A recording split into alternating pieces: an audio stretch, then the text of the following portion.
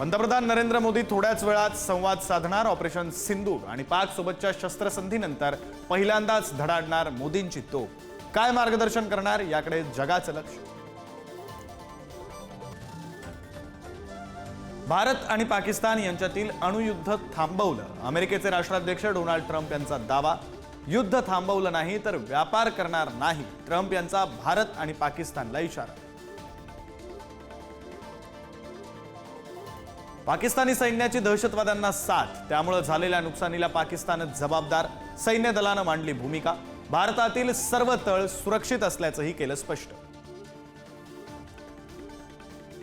भारताच्या air defence सिस्टीमला भेदणं अशक्य. भारताच्या आकाश मिसाईल सिस्टीमनं पाकिस्तानला प्रत्युत्तर. पाकच्या PL-15 ला भारतानं पाडलं. चीनी मिसाईलही केलं नष्ट. सैन्य दलाच्या पत्रकार परिषदेत माहिती. लाडक्या बहिणींना आता मिळणार 40,000पर्यंत कर्ज. सरकारकडून मिळणाऱ्या हप्त्यातून होणार कर्जाची परतफेड. अजित पवारांची माहिती.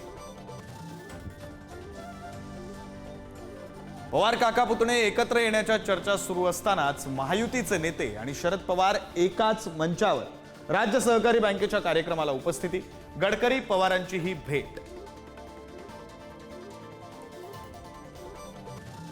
10वी परीक्षेचा निकाल उद्या जाहीर होणार. दुपारी 1 वाजता ऑनलाईन पाहता येणार निकाल, तर सकाळी 11 वाजता बोर्डाची पत्रकार परिषद.